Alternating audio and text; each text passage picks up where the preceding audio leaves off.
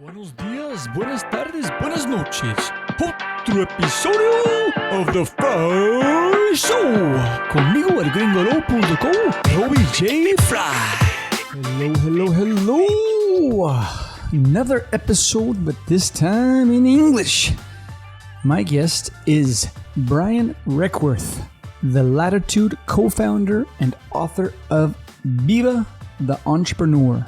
He's also the co-founder and former CEO of Viva Real, a leading prop tech business in Brazil, a big one. He merged the company with Zap, owned by Grupo Globo, and became the chairman of Grupo Zap. Brian raised $74 million in venture capital funding for Viva Real and now invests in the most promising tech companies in Brazil and Latin America as an angel investor. This podcast is about his book he just launched, Viva the Entrepreneur, Founding, Scaling, and Raising Venture Capital in Latin America.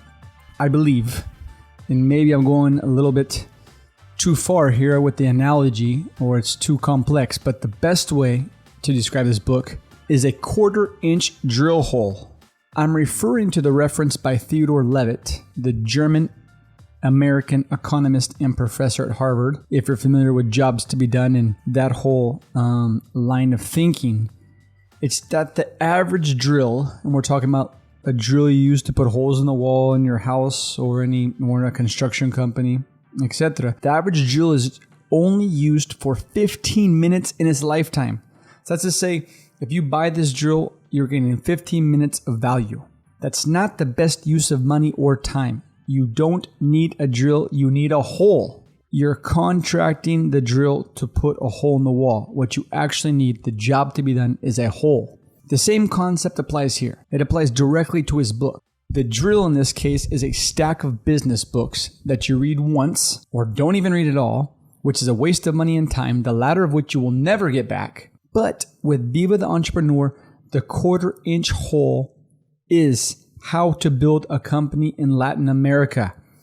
You are buying the book for the correct job to be done, which is how the hell do I launch a startup in Latin America because no one is talking about this. That's the reason Brian wrote this book. The book's amazing. The information is applicable immediately. Every chapter has at least one oh shit moment. You know, those moments, perfectly packaged bites of information that force you to highlight and share.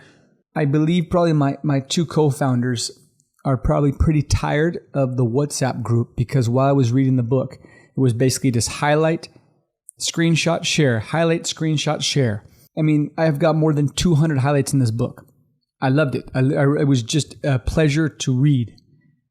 Some of the highlights in the podcast are the 5 behaviors of a cohesive team model, incredible, growth hacking your first investor, a special story that didn't make it into the book, You Have to Trust Me, a beautiful, beautiful story, especially for me who lives in Colombia and has a Colombian wife and family. The difference between being vulnerable and conviction, which is awesome. I'd never made the connection before or understood it, and a whole lot more. A little blurb from the book. Viva the Entrepreneur shares the lessons Brian learned while building his company. He shows how to manage your own psychology and your operation, be it working with co-founders, building a culture, or managing a board of directors. Brian also reveals the secrets of scaling a business and best practices for venture capital in Latin America. That chapter, those chapters alone about venture capital are worth the book right there, and it's amazing. The real potential of this book is what makes it so exceptional. And I'm not sure how many will grasp this concept at this moment, but this podcast receives messages all the time thanks to the stories from my guests. Why? Because those stories are not available. They're available here in this podcast because these guests are willing to share their stories with me and I'm able to share them with you. Brian is where he is thanks to reading a case study on Mercado Libre in a coffee shop. That was enough to spark his brain, the inception, to plant the idea which would eventually lead to Viva Real. So now just take one moment. Imagine what the future will be if millions of potential entrepreneurs in Latin America have access to this book. We're going to have to wait 4 or 5 years down the road to see the impact of this book. I know it's going to be amazing in this moment, But the real impact of this book is going to be in 4 or 5 years when people start naming this book as the reason they took certain decisions in their startups. So Brian, everyone listening, Brian, thank you for taking the time to write this book. Thanks for the time. And also, please make sure to check out his podcast and get your copy right now of Viva the Entrepreneur. It's available in Amazon. I believe it's at a discounted price. I'm not sure for how long. Once again, love the book. It's amazing. Please get a copy. See, if this is the first time you're listening to the podcast, hello. I'm sorry. Yes, it is in English. When Brian's book comes out in Spanish, hopefully he will grace us with his presence once more, and we'll do the podcast in Spanish. I wanted to do the book justice because it is in English. So I wanted to give the benefit to Brian and then do another one in Spanish if he's ready for it. If you're a fan of this program, you're listening to it, please subscribe to the email. You can find it in thefryeshow.com. You can also subscribe to little inceptions, small audios that I put together and send 1 minute or 2 minutes to WhatsApp daily. You can find it at thefryeshow.com/Corvus. And of course, if you want to get access to all the books, the podcasts, the people we mentioned in this podcast, you can get them all at thefryeshow.com. Just look for Brian, and there's his LinkedIn, his Twitter, and access to his book in Amazon. Thank you so much for listening. You can always make more money, not more time. Thank you. With that being said, episode 144. The episode is called How Did I Get on This Fucking Lion? With the co-founder of Latitud and the author of Viva the Entrepreneur, the incredible, awesome, amazing Brian Requarth. Hey, first of all, you can always make more money, not more time. Thanks for your time, Brian. It's awesome. What a pleasure to have your knowledge and learn from this time. So first, thanks to you, thanks to your family for the conversation. Really, really appreciate it. Hey, pleasure to be here. Thank you for having me on. And I loved your book, man. Fucking amazing. Love it. I'm glad you love it, man. And there's no bullshit. I actually enjoyed the process of reading it and the information. That's like makes me really happy because that's why I wrote it, right? Like I'm not trying to be like a bestseller author that, makes a bunch of money from a book. My audience is too small and narrow, startups in Latin America, for it to be a big bestseller. But I wrote it for entrepreneurs, and I wrote it for people that are passionate about our ecosystem. And so I'm really happy to hear that it resonated with you. Yeah. And that's one thing. I'm really curious to see the reception of the people because, I just started a company with 2 friends back in October. And so the conflicts the pyramid that we're going to talk about, the pyramid structure, amazing. The trust and then conflict. But so I'm curious to see how people resonate with the book who are not building a company, but are interested in the startup world, if it's going to have the same impact on them. And if it'll be a cult classic here, like The Hard Thing About Hard Things, but in the Latin world. I don't know. I mean, that's my inspiration on the book is a lot of The Hard Thing About Hard Things and Venture Deals are the two kind of things, the 2 books that really impacted me as an entrepreneur.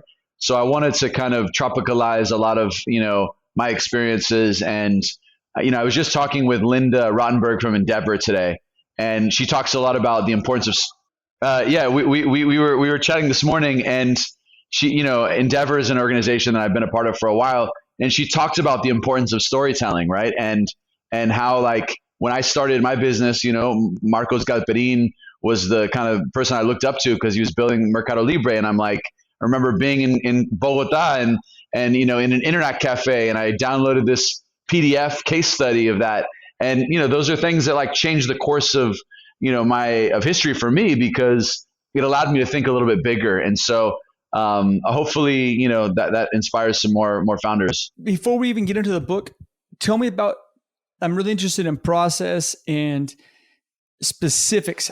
When did you decide to write the book? Was it like a culmination in front of, I have to write it? Was it now's the time? How did you write? How was the structure? Did you give yourself a deadline? How often did you write? When did you write? The whole entire process as it was structured? Yeah, it was an interesting process. I mean, they say, I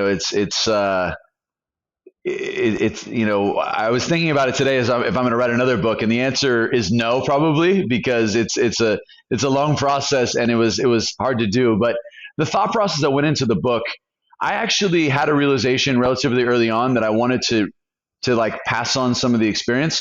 So I actually had a Dropbox document that I started like years ago, like, I don't know, 8, 10 years ago, where I would just literally drop in anecdotes and moments and thoughts.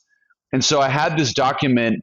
It got to like 15 pages long, of just like, one-line sentences that I wanted to remember. And because the reality is, as you're building your business and you're on the entrepreneurial journey, like there's so many little anecdotes that happen. It's like when I think about my kids, I just wish I could remember every single thing that they said, because it's, like there's all these moments that, that they escape you at some point. And so I think I kind of knew I wanted to write a book. Also, the realization when I was like, okay, now is the time to write a book, was as I was wrapping up my deal and selling the company, I was already on to like the thought process of what's next for me, because I need some kind of purpose and I need some kind of like North Star and direction. And so, given that I transitioned from CEO and I became chairman, I was less in the operations. That's when I was like, okay, I have a little more time. And I've got, a desire to do something and put energy into something. So I think that a couple of years ago, I kind of hatched the idea of like, okay, I think I'm going to do this. But let me go back into some details real quick. Sure. How long ago was the Dropbox, and why not Evernote? Why not a note format? Why not Evernote? And now why not by hand? Did someone tell you, hey, and where were you at in your company? Like, was it a recommendation? Hey, you should really jot down your ideas because you don't want to miss this adventure. I mean, it seems pretty long thought process oriented to start writing those ideas to capture what you might lose after you sell the company. We're sitting here. Yeah. And it's like, I didn't start the company to sell it. But I did have a real acute awareness of something.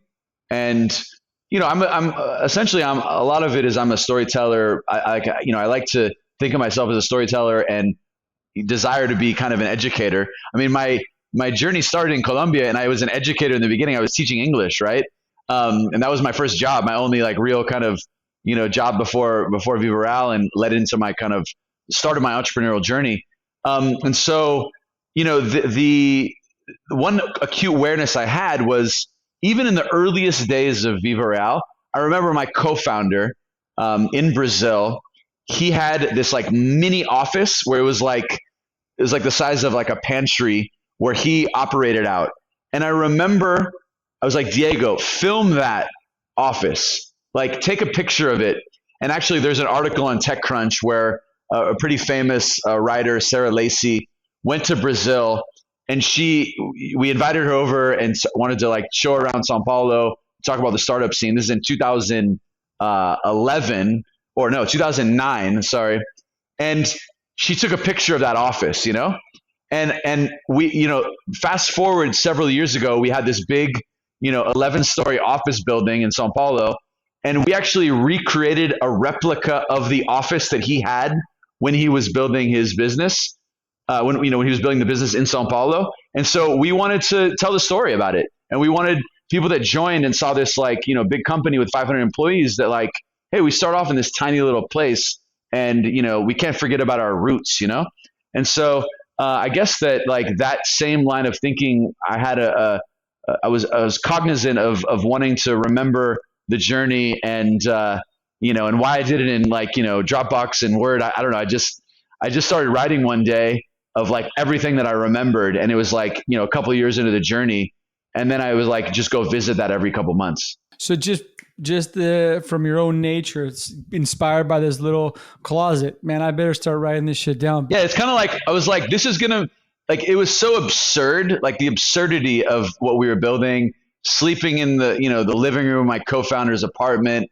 It was just stupid, right? Like, this is, like, I remember sleeping in the living room, like, of his apartment, my wife and I, like, this is ridiculous. And like, it was in this neighborhood where there was all this construction going on.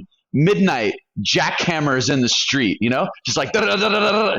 And I'm just like, what the fuck am I doing, But, and then I would just try, you have to be lighthearted about it, because as an entrepreneur. No, you don't have to. I don't know how you got there. I have some questions about that. So let's go on. Okay, let's say you have to do it in order to succeed. You choose to do it because it's so absurd, right? Okay.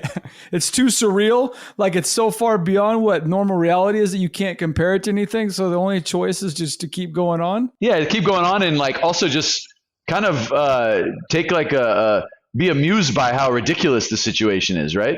Like there's so many times as an entrepreneur where I was just like, oh, sweet, like our, lightning kind of struck our building and fried our network. And now we have no internet access and we're an internet company.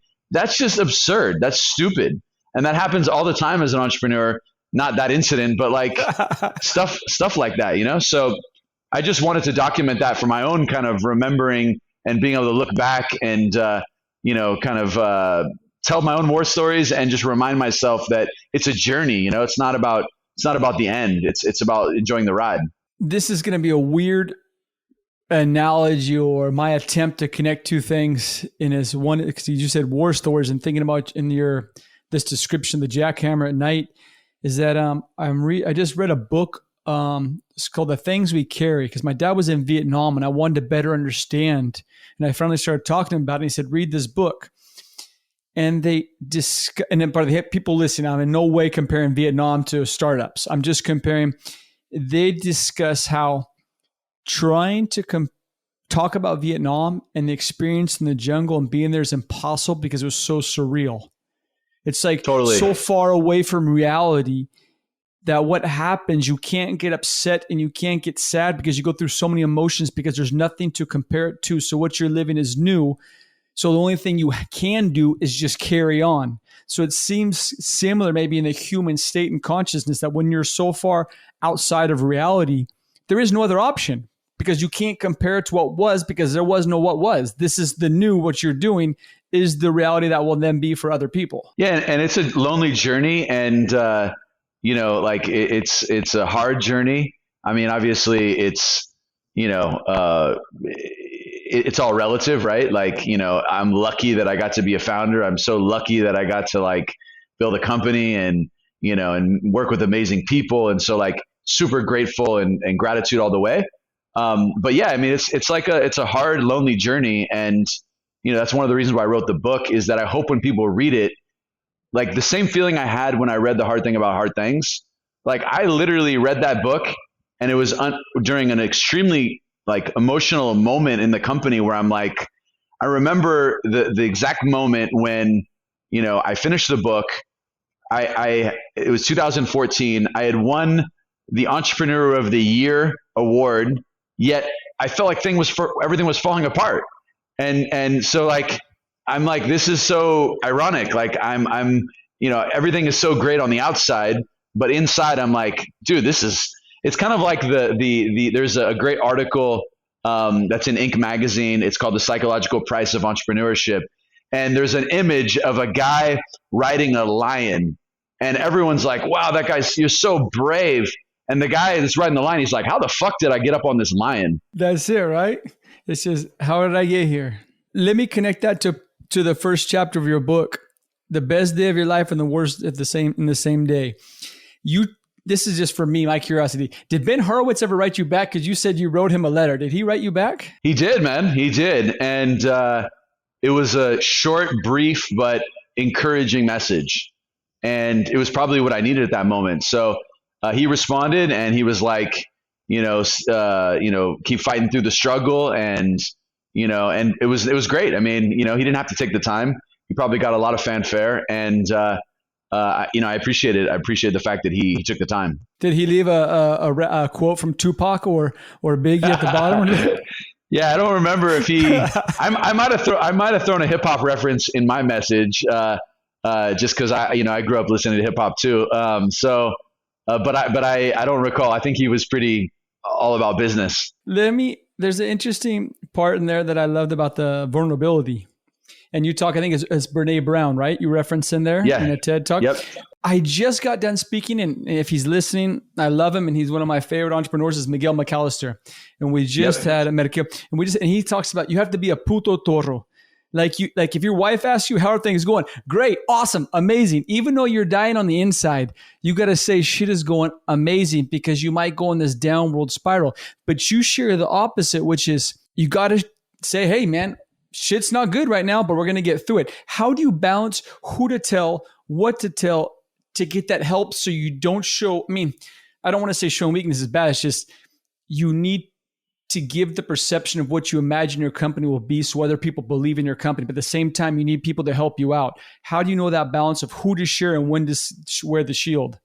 Yeah, I get that. And Miguel is, I've got to know him a little bit recently, and we're, co-investors in a bunch of deals. And I was, the trendy internet, I was on Clubhouse with him, I think earlier this week. And so, listen, you don't go out and just campaign your miseries, right? Like that's not what I'm recommending.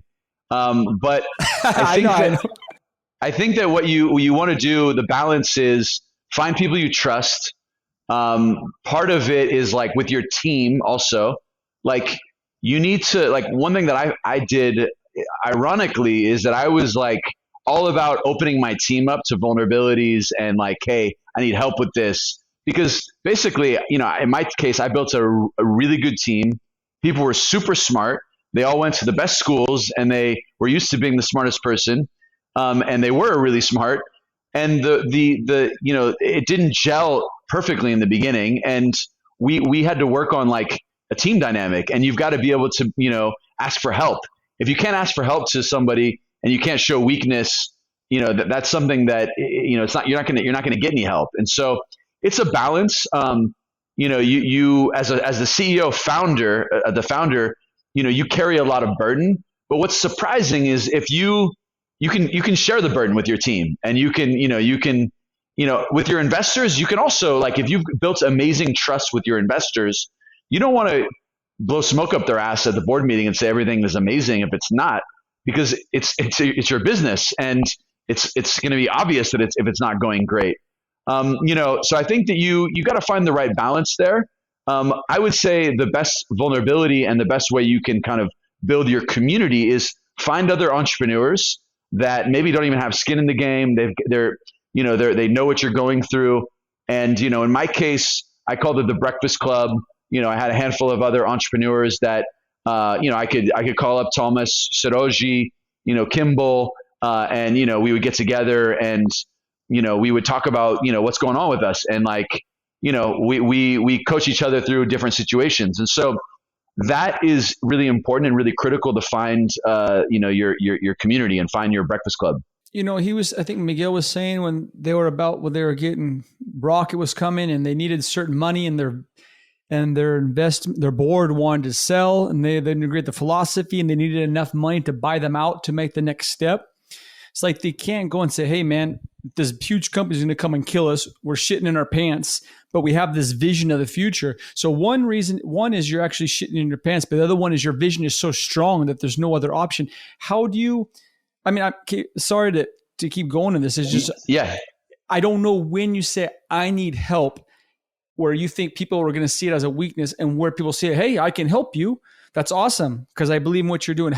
Where's that balance? Where does it come from? Just the relationships you build along the way? Yeah, in terms of like your investor stuff, the best investors, they back you, and they, they have conviction in what you're doing. And so, there was times like during the journey where like, I remember having a conversation with Nico Sakazi from, Kazek, and I was like, hey, there's a potential like offer that we could potentially sell the company. Someone's interested.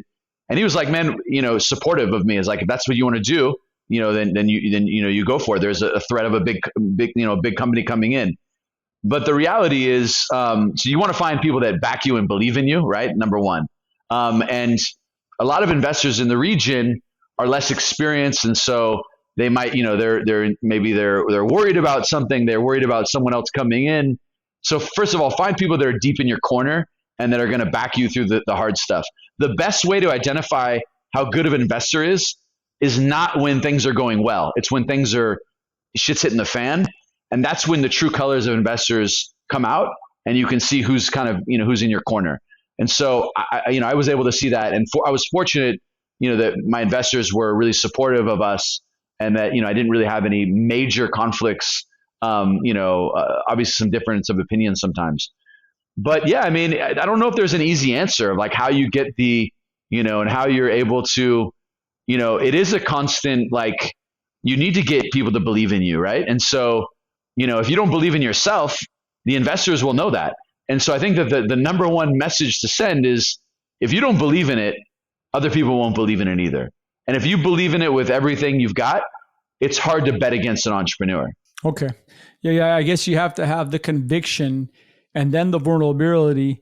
Well, if they see the conviction coming from, hey, I have to do this, but I need help to do it, then it kind of gives you permission to ask for help, because the vision is what's leading the asking for help. It's not a depression or some sort of other. And also, like, you're not, what you're asking help for is, your investors aren't going to solve a bunch of your problems for you, right?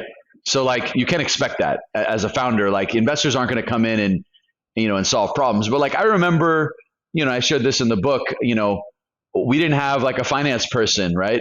And here I was showing up, and I had these like 2 top tier investors in my first board meeting at Monashees' office.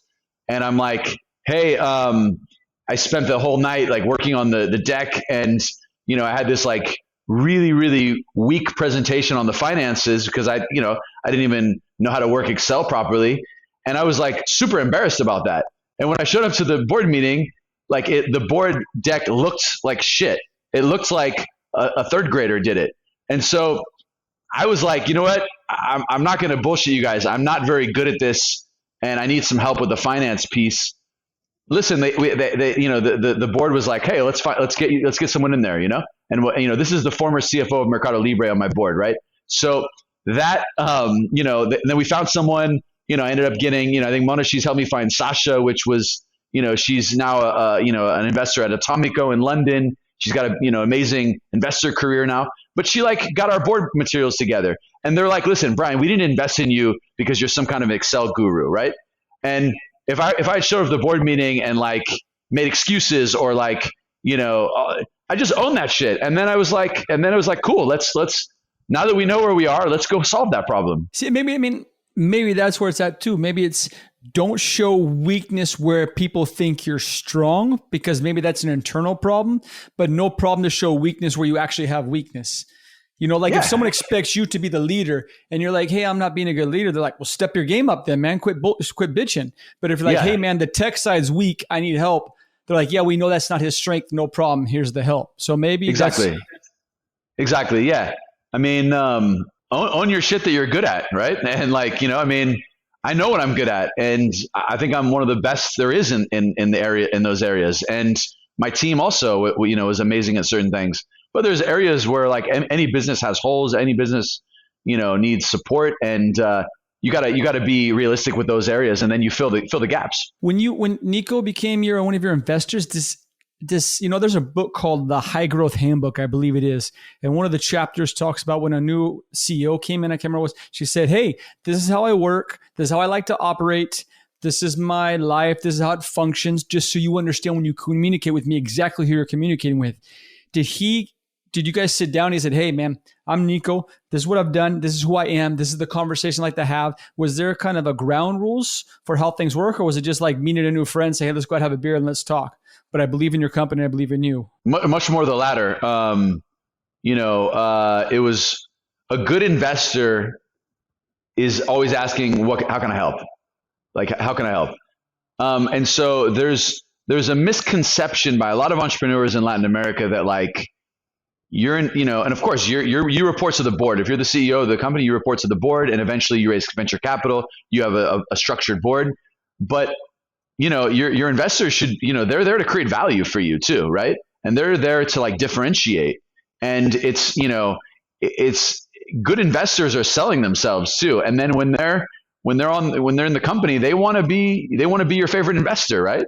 And so they want to be the person you go to and ask the heart, ask for the help when you need it. And so, the ground rules were not really defined. It was more of just like, and also it was early on in their investing career. So like maybe they operate differently now, but I don't think so. I think that they're just there to help. They have their principles. All of the good investors do. And then but ultimately all the investors just want to help the company succeed.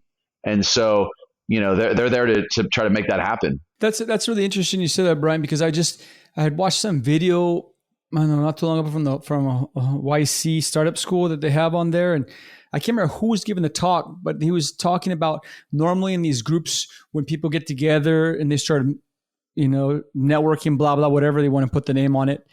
And people shares an idea. The first thing someone wants to do is shit on it. No, how big's the market? That's not right. And he said he realized it's so easy to do that, but it's harder to jump on the vision and say, ooh, what if you did this? What if you did that? And it seems like what you mentioned in the book, a good investor versus a bad one. A bad one's going to ask you too many questions, and a good one is going to ask you, how can I help? Well, I would say that it's before you invest, there's a lot of questions, right? Because, you've got to prove that you're, it also depends on the stage of the company, right? I mean, if you have an early stage investor where you've got a pre-seed or a seed company and they're asking about 10-year financial projections, run for the hills. The reality is once an investor becomes an investor, the good investors are asking how they can help, right? And not to say they won't challenge you, right?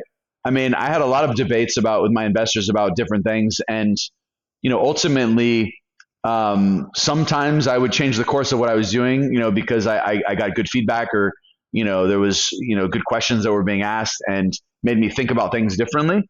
But I think that early stage investing, is different than like a late stage investor where, it's much more about the metrics. It's about the growth. It's about, those are all important for early stage, but it's less important when you haven't found product market fit. Talking about discounted cash flow is a silly conversation because you're just trying to get the business to go.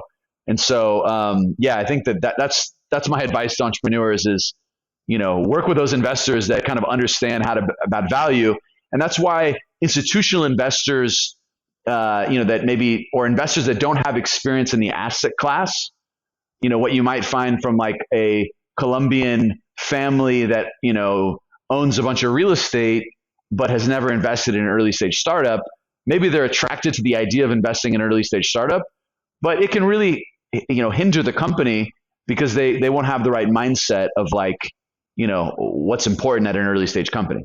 This is a perfect segue into, I know that we jumped right in. So for the people listening, we didn't even name of your company, name of the book, name of the company you sold and merged real quick. Okay. Yeah. I mean, just to go back here, Brian Requarth, Viva Real, we merged it with Zap, became Grupo Zap. I was the CEO. I became the chairman of the combined company. And then we exited the business. The transaction closed in November of 2020.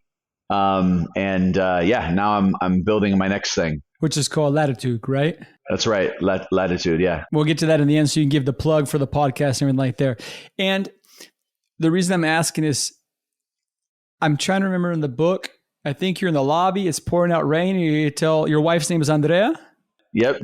And you tell Andrea, you have to trust me. Right. Yeah. How the fuck? I mean, I have a wife and 2 girls, and sometimes I don't know how to explain what I'm doing, why I'm doing this. And you're right. You just got to trust me. What was your conviction? And then give us a little bit of like a fast story for time, how you got here, what was the company, how it started, and then what happened in that moment and why you were able to tell her, you got to trust me. Yeah. So there's a lot to unpack there. Where should I start? Let's unpack it from the beginning. You drove a car. I think you met her first, then drove a car to Costa Rica. Okay. Then to Colombia. Right. I'll give you the quick story. As a foreigner, as an American living in Colombia, you can appreciate this. I'm from California. I drove from California to Costa Rica, bought a one-way ticket to Colombia. My wife, Andrea, we met in San Diego, and she likes to say that she imported me to Colombia. So I arrived to Colombia, did a handful of entrepreneurial things. My plan was to stay a few months. A few months turned into 6.5 years, and I did all kinds of entrepreneurial stuff to pay the bills. So I'm more of an entrepreneur out of necessity, wanting to kind of sustain my travels. taught English and, and I built websites, did translation services, eventually had a terrible experience finding property in Colombia, decided, came across a Mercado Libre case study from Stanford, read this case study and thought, why isn't there a Mercado Libre of real estate? Decided to build, that.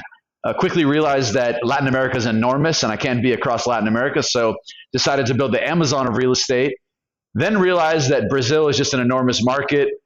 Ended up going AAB, all about Brazil, and then moved to Sao Paulo, Brazil with my wife. No kids at that time. And we duked it out in Brazil for a couple of years, bootstrapped, and finally scraped together a little bit of capital from some friends, family, and then a few angel investors that would ultimately help change the trajectory of our business. And so where was the name of the company is Viva Real, right? Yep. Viva Real. So you're in the lobby of the apartment where you guys are both sleeping, where we started the entire podcast, right? Yep. I'm in a one bedroom. My co-founder Diego, my wife and I are spending the month as I'm getting this company going with Diego. And it was one of those torrential rains in Sao Paulo, aguaceros como Colombia, when it just like rains and the streets are like flooding. And I remember we were getting ready to go outside, and she actually asked to talk in the lobby, and she just burst into tears. She's like a very tough woman. She's like I like to say Colombia that women. she's like a an iron fist wrapped in a velvet glove, basically. And so when when she broke down, it was a hard moment because I was just like, I had self-doubt too about what we were doing, but I kind of just got, dug deep, and, I kind of looked at her and I basically said, hey, listen, you got to trust me. We're going to make this shit work. I promise you, we're going to make it happen. And, she kind of wiped the tears away, and then she said, okay.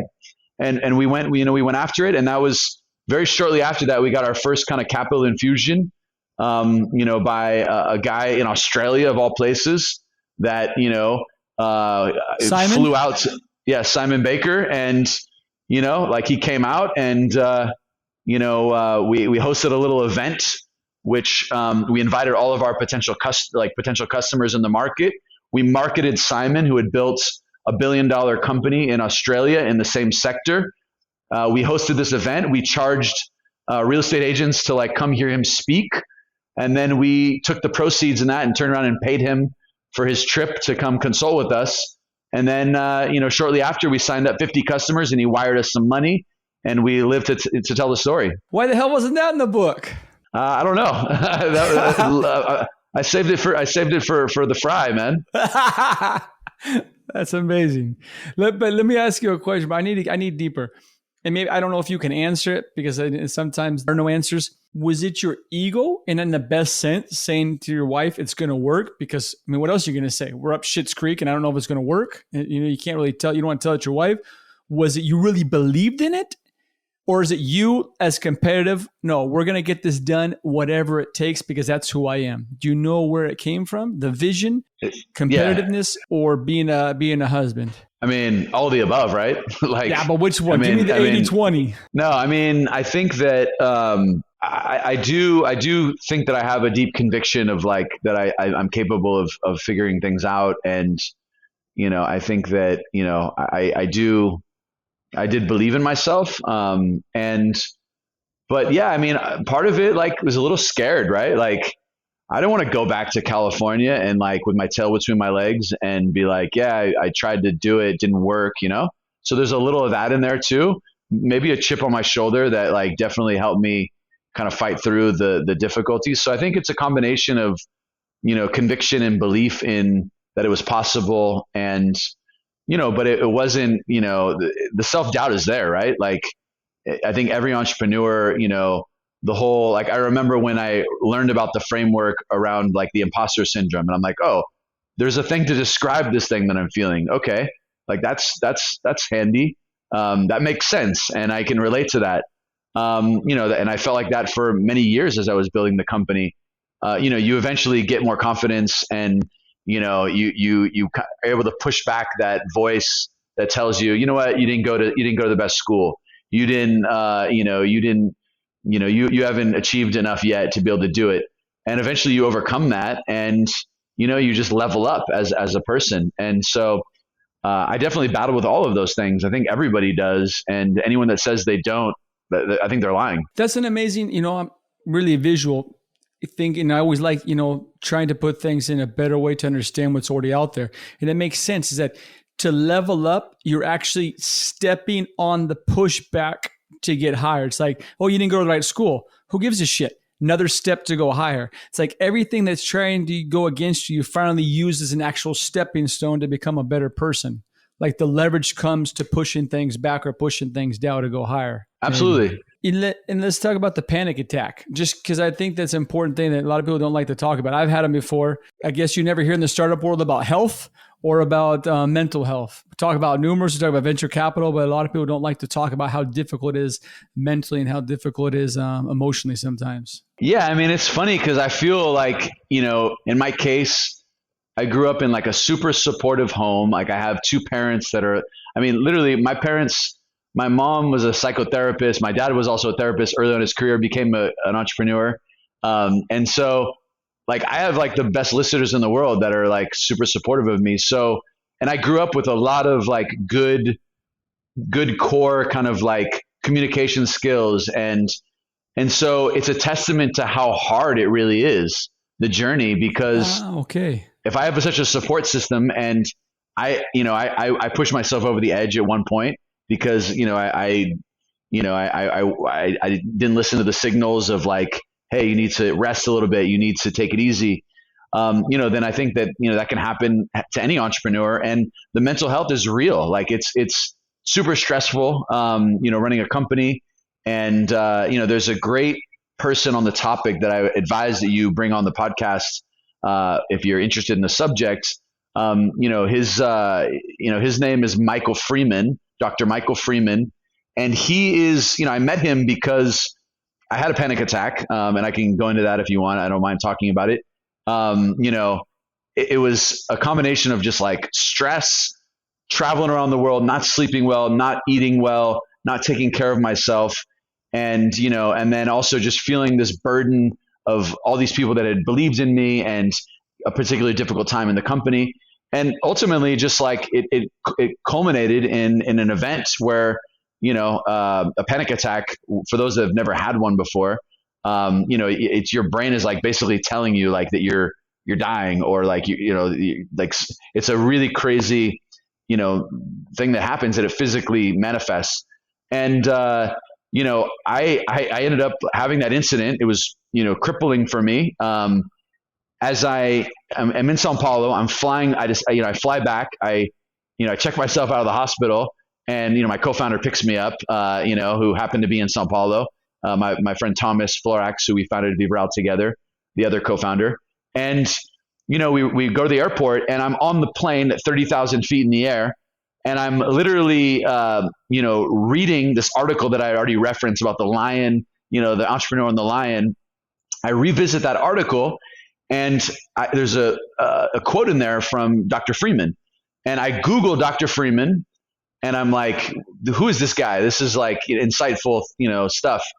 And it turns out he lives 45 minutes from my house. And so I end up contacting him because I'm like, I got to make an adjustment in my lifestyle because this is really intense and I can't put myself through this. It's not fair to, me or anyone else. And so I ended up, reaching out to him, had a conversation with him. I had kind of sorted what was going on with me at the time, and I think I kind of worked through it. I still ended up meeting him, and it turns out he was launching a mental health accelerator. He was actually had this idea that he wants to empower entrepreneurs to kind of, support them in their mental health, which is really important as an entrepreneur. And he now is a partner in Latitude as a mentor advisor, and he leads a session. He's worked with hundreds of entrepreneurs already in our last two cohorts, and advised them on this topic. And so that's one of the initiatives is we help with product market fit, we help with all these other components, fundraising, recruiting, but the mental health piece, if you don't have that well adjusted, like it's going to be a hard journey, and it happens sooner or later. And so you need to get a handle on it. I like the way you phrase certain things. You have a nice way of specific words that have power. Like you said, it wasn't fair to me or anybody else. Like you didn't make it about yourself. You made it about you and the community who was around you on your team. So that's one, just a compliment. It's nice that you just didn't make it about you. And the second one is, I like that you said it's a testament to how difficult a startup is. It wasn't, oh yeah, I was sucking, it was my fault. No, it's, man, this is a tough world and these things happen. It's a consequence of trying to do something like I was trying to do.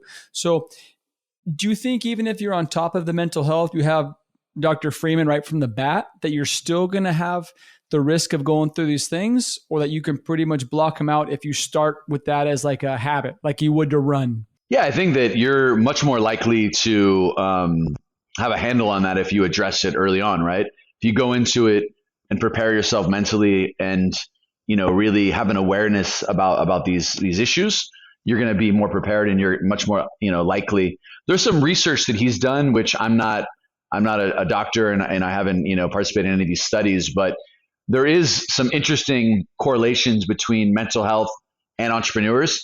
And so, how that affects you as an entrepreneur and how you can kind of make the most of your, who you are as a person.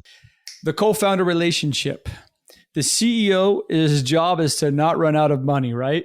Is to make sure the business does not run out of money. There's a handful of other jobs, but that's probably the number one job. Why isn't that the CFO? Why isn't that the job of Hernan? Why don't you talk? Why isn't a CFO?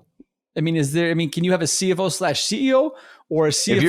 If you're running a startup, chances are you don't have a CFO in the beginning that, but in the beginning of a company, the number, and I really focus a lot on early stage. So like if you ask the question for a scale up company that is doing $30 million in revenue a year, that's probably not the number one job of a CEO, but of an early stage startup that is in its first 2 years of existence, your number one job is to not run out of money. Because if you run out of money, you're dead.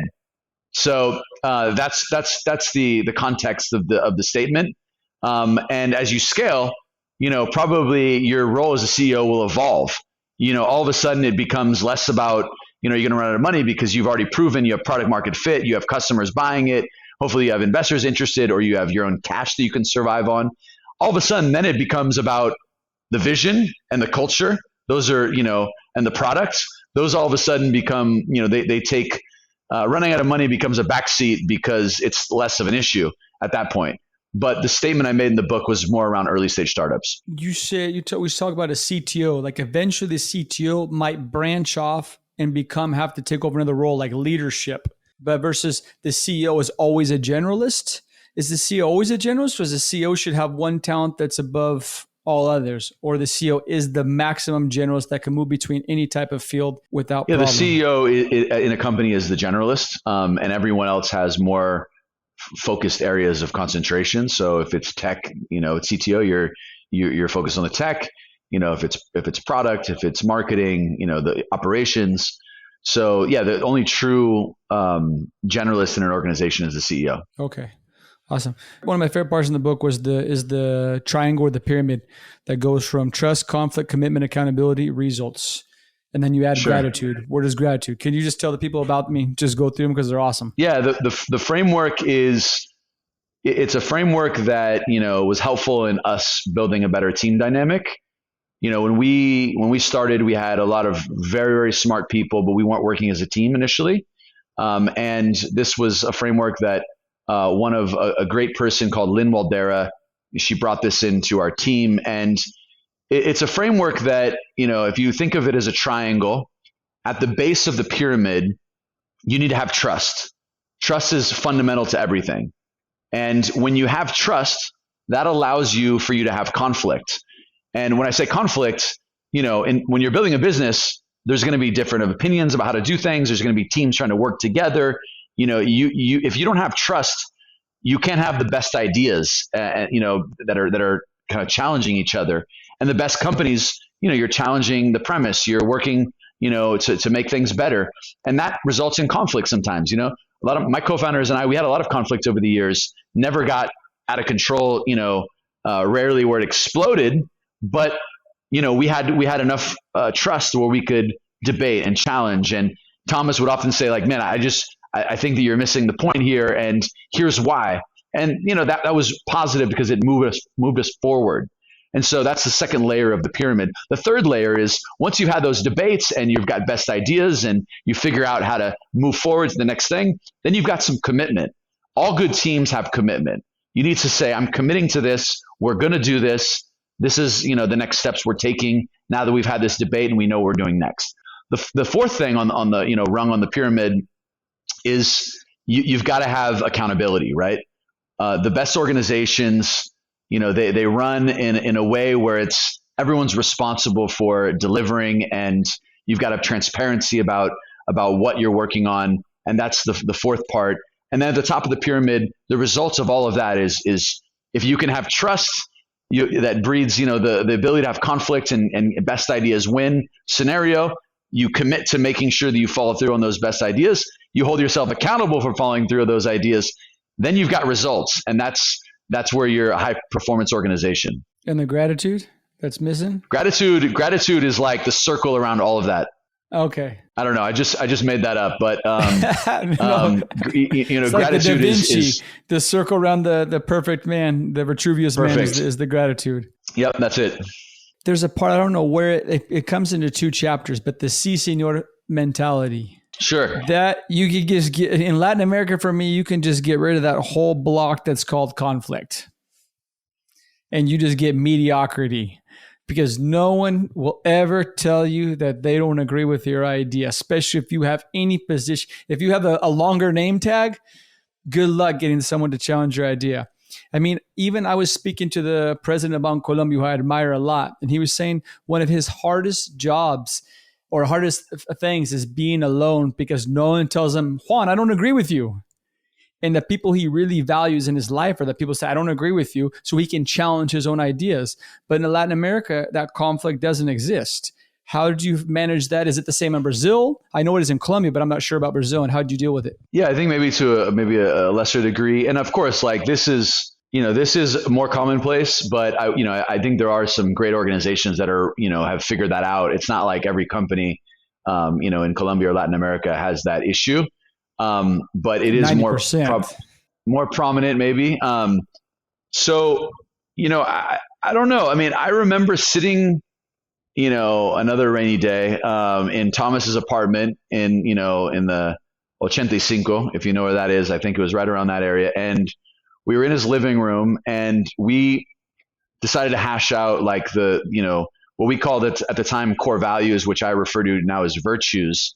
And one of the things that, really like stuck out to me is that, we wanted something that was kind of shocking. We didn't know why we wanted it, but now, like, when I think about it, it made sense. And because we wanted these values to be something that would like make people ask why, kind of, and like be a little bit of shock therapy. So one of the core values we defined, or virtues, as I would say now, was don't do shit you think is stupid. We literally wrote that down, and we would, when we would onboard, people into our team, we would actually describe that as one of the things that was a core value for us. And it was kind of a shocking thing to say, right? Like, you hear these other like, lofty kind of like, values that you hear, like, oh, we value teamwork, and we value, honesty and like, and transparency. And here we are saying, you know what? You're welcome to the team. Don't do shit you think is stupid. Because too many times where, listen, so many things I don't know. I'm making this shit up as a founder. I'm a first-time CEO. If someone tells me that it's a good idea when it's clearly not, I get pissed, because that's a disservice to me. It's a disservice to the company. It's a disservice to the person is not doing any favors. So listen, I did a pitch the other day, and someone on my team reached out to me, and I totally switched up the pitch right before, I changed everything right before we did the pitch. And, Tommy on my team sends me a message. He's like, yeah, I didn't really like the way you did it this time. It wasn't very good. If he would have came at me and said, Brian, that's really cool, I really like the new pitch, but he didn't think about it, I would have the mediocre pitch that I had before, and I wouldn't be refining it. So yeah, it's absolutely. But again, you have to have trust. There's a challenge in Latin America of the que dirán, right? Like, what are they going to say? And so people oftentimes kind of fearful of that, and you've got to just embed this into your culture from day one. And the only way that you can do that is by providing example and kind of showing and that you value and you listen to people and encouraging them that they need to challenge the status quo. And, did we do it perfectly? Probably not. But, we at least define that, don't do things you think are stupid. And that hopefully helped us over the years when people saw that we were making dumb decisions. The second rule about the Be with Entrepreneurs, don't do stupid shit. The first rule about Be with Entrepreneur, don't do stupid shit. Yeah. Don't do things you think are stupid. It's not about don't do stupid shit, because actually it's not that, because don't do stupid shit is okay. It's okay to make mistakes, right? So we actually would encourage people to make mistakes. If you tell people not to do stupid things, they'll be fearful and they'll be afraid that they're going to do something that's wrong. And that's the exact opposite culture that you want. You want people to take risks. You want, take risks, make mistakes, but learn from them. And so that's something that we also drilled home. So the don't do things you think are stupid is different than doing things that are stupid. Yeah. Gotcha. Let's go. That's perfect to go right into the value versus virtues. I think that you mentioned Jack Krupansky. Yep. And I love the difference that I think you mentioned, that values versus virtues. Virtues are actionable, values are not. Yeah, virtues are lived behaviors, right? It's great to have all of these, aspirational, honesty, integrity. Those were also on Enron's wall, right? And so they clearly didn't live by those behaviors. Don't do stupid stuff. And by the way, for those that don't know, Enron, in Latin America is a big company that was a big, house of cards. And, they had these great values that were on the wall in the lobby. And yet they were doing very, shady things that ultimately, they paid for later. And so my point is, it's all about behaviors and actions. And and that's why virtues captures that in a better essence. And you still, and I think mistakes are virtue builders. How do you build when you're building this company? Would you recommend, I think you say in the book, build them right off the bat, but it seems like it's hard to build what you are until you understand who you are. So you need to give yourself permission to actually build them in real time until finally like, yeah, this is who we are. These are the mistakes we made. These are the mistakes other people's made. We're not going to make these mistakes. And these are our virtues. This is, there's a great book on this very subject that I think dives into this even better. And it's, what is the book name? Hold on one second. What You Do Is Who You Are. That's the best culture book that I've ever read on business culture. And so that book exemplifies a lot of like the philosophies on culture. And so in terms of like defining your cultural values, like when we started out, we were just like, I went to the company that I'd formerly worked at as a 19-year-old at an internet startup. And I was like, well, the company culture was pretty cool there. Like we should just make that our company culture. But, it wasn't authentic and true to me. And so we ended up, having various iterations of what we kind of believed in. And it wasn't until we built Viva that we actually had like a company culture defined and the virtues clear, because we'd spent 4 or 5 years building different, projects and companies. And we started understanding what it takes to be successful. And we started understanding what doesn't work. And so, it's hard to build your kind of your company virtues if you've never built a company before. You're still figuring out what you value, right? 2 things I really want to cover before the very end is one is the vanilla. Like, I think that's just the most amazing advice is like, don't sell vanilla ice cream, strawberry ice cream, and chocolate ice cream. Sell vanilla. That's the best way to do it. Make everything simple. Yeah. So one of my advisors, Simon Baker, who I previously mentioned, he came down and he met with us. We actually originally hired him to be an advisor and a consultant for us. He ended up becoming an investor, which is the best kind of, I don't advise hiring consultants in your startup. At this point, we ended up bringing him on because he had built this big company in a similar space, really the same space in Australia. And so early on, when he ended up investing and getting kind of deeper into the business, it was at an early stage in the business. Just for those listeners to understand our business model, we're a real estate marketplace classified website. There's, kind of a chicken and egg problem where you need a lot of inventory, a lot of properties, and there's a lot of people searching for properties. And then there's a lot of value created when you have those connections that are being made from people trying to find real estate and people trying to sell or rent real estate. And so in the early days, we didn't have the inventory. And so there was really no reason why people should visit our website because, there was no properties there. And it was no real easy way to get people to list their properties on our website because no one was searching, right? And so one of the strategies that we had before I'll get into the vanilla story was we ended up actually building a robot that went in and scraped our potential customers' websites. We needed the inventory to drive consumers. We populated our website with all this inventory, and then all of a sudden overnight we had a bunch of traction and people basically visiting our website and searching for properties. That was a very good growth hack in the beginning to get the marketplace dynamics going.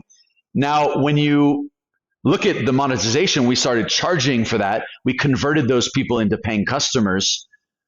Our competitors had this very, very complex pricing scheme where, list 10 properties, it costs this. List 20 properties, it costs this. 50, 100.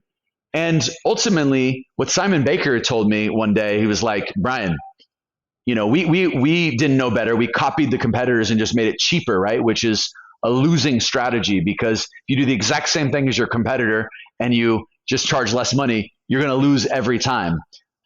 So what we ended up doing was we ended up changing the model, and instead of having these different pricing tiers with these different numbers of properties, we just said it's all you can eat, all you can list. And we went to our customers and we said, we don't have pricing tiers. One, we want all of your inventory because that's useful for our consumers that are searching. And two, just one thing to buy. There's no strawberry, there's no chocolate. It's just vanilla, vanilla, vanilla. And this reduced the complexity for our sales teams dramatically because when you give someone 15 options, they have, the kind of the decision making, paralysis because there's these different things to choose from. And in our case, it was like, hey, it's all your listings. It's fixed price. There's, not a lot of things to choose from. It was cheaper than our competitors, but we also got more inventory, which then kicked off this network effect of having more inventory and driving more consumers. So the vanilla strategy was super important to keep things simple. And in the early days, entrepreneurs like to kind of chase the bright and shiny lights and they complicate a lot of things. And this was a lesson in simplicity. It seems really, really strange, this whole system. It just seems so much energy to get money to do what you're doing, which is great in making the country better. It just seems so strange. I do think the dance is crazy, and it is a game. And founders that are listening to this, if you don't understand the game, you're not gonna be at the table. You're gonna be on the menu, and so. I think that's something that I try to peel back the layers in my book of psychology of the investor and what motivates them and how they think. And I wish there was a better system. I wish there was a better system where, whereby it was like, okay, this person deserves this money because of this. Ultimately it ends up getting to some of the founders that, deserve it, but it's the founders that know how to play the game better, basically. I'm an example of someone that, they took a bet on me when, maybe it didn't make sense. But I think that the bottom line is just how the venture game works is, it's very, if you don't have a strategy in how you fundraise and you don't understand, one, the psychology of how investors think, two, how to run a very efficient process, three, how to position your business so it's enticing for investors, four, what kind of things investors look at, five, understanding what investors like certain aspects like that. All that stuff is just like, if you're a first time entrepreneur, you just don't know about that. And you have to, trial by fire. And so what I'm trying to do with this book is to peel back the layers and make it in simple terms so that people can understand it. 3 books you'd recommend? Ben Horowitz is both of his books. I think the guy's incredible. And we talked about him and inspiration for me. The last book, I'm gonna recommend a book that has nothing to do with entrepreneurship, and I'm gonna see if it's up here on my library. It's Shantaram. Oh, that book's amazing. I recommend this book mainly because like sometimes you need to take your mind off the ones and zeros, and you need to like let it fly and let your mind relax. I'm giving this advice despite being pretty bad at it. So I'm aware of like the fact that I don't always do this. That book is a pretty cool book, and it's a book that allows you to disconnect a little bit, and it's amazing. You need that as a founder. It's one of those books that burn the image, like the images I can remember from the book are still there. I don't forget the book. I remember the context. I remember the motorcycle. I remember the friend, and I read it a long time ago. The book's wonderful. Good one. Yeah. Okay. And then the two other books were The Hard Thing About Hard Things, and I would throw in Venture Deals there too as well. So if you could send a message to everyone in Latin America on WhatsApp, what message would you send? One like tweet. Everybody in Latin America, when they get their bzz, bzz, and they look at their phones, what message would you send? Well, I think, I would probably like the words of encouragement of just like, and this is more directed at founders in the region, is like, there is infinite opportunity. And so instead, where a lot of people see challenges or friction or difficulty, I would encourage everybody to take the inverted of that and consider that just a world of opportunity. And so, I would love to see more entrepreneurs going after big, ambitious ideas to transform their region and, make a global impact. So what would the message be? I don't know. I mean, if it's like in a tweet, not to be kind of super cheesy here, but it's like, journey, like, don't stop believing or something, That's way. It's good. That's what it takes, right? Like, it's just a hard, lonely journey. You're not alone, and don't stop believing. So I would add to that, and if we're in where we're at now, it's more memes instead of messages or more images. So I'd put you consoling someone who's crying in a lobby in Brazil with an aguacero says, "Don't stop believing. Don't stop believing." Yeah, that's you got to have the optimism. There's no other way, and you got to believe that you can, adapt and overcome and. Superar las expectativas, como dicen en español. Without a doubt. Hey, Brian, you can always make more money, not more time. Please let the people know the name of your book, the name of where they can find you on Twitter, LinkedIn, and the name of the podcast and the name of your company so they can find you, please. Sure. So again, it's Brian Requarth. Find me on Twitter at just Brian Requarth is the handle. I'm on LinkedIn as well. You can go to Amazon and buy the book. It's out. It will be out when people listen to this. So yes, it's we're if you're publishing next week, it'll be ready to go.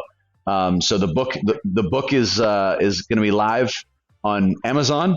It's Viva the Entrepreneur, and would love your feedback. Feel free to send any comments, thoughts, I wrote it for those entrepreneurs that are kind of in the struggle and trying to build the next thing. And then the last thing I'll say is, if there's, any entrepreneurs that are, building their, next company, at Latitud, we're looking for super ambitious founders that want to transform sectors and, that are in early days of either ideation or, MVP and, want to build the next kind of generation of iconic companies.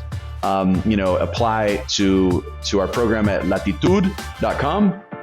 So Latitud in Espanol, Latitud. Really look forward to trying to help the next generation build incredible companies. Hello. Thank you so much for listening. If you're still here, you're amazing. Hello to everyone listening in English. I appreciate your time, your patience. I hope you enjoyed the podcast, that you already bought the book, that you stopped the podcast while listening to it and just went to Amazon and bought the book, Viva the Entrepreneur, Founding, Scaling, and Raising Venture Capital in Latin America. Please take a moment, look for Brian Requarth in LinkedIn or in Twitter. Send him a message about your opinion about the podcast, what you thought about his book, if it had an impact, what had an impact, and why. It would be greatly appreciated. And once again, thank you so much for your time and have a beautiful day until next episode. Ciao, ciao, ciao.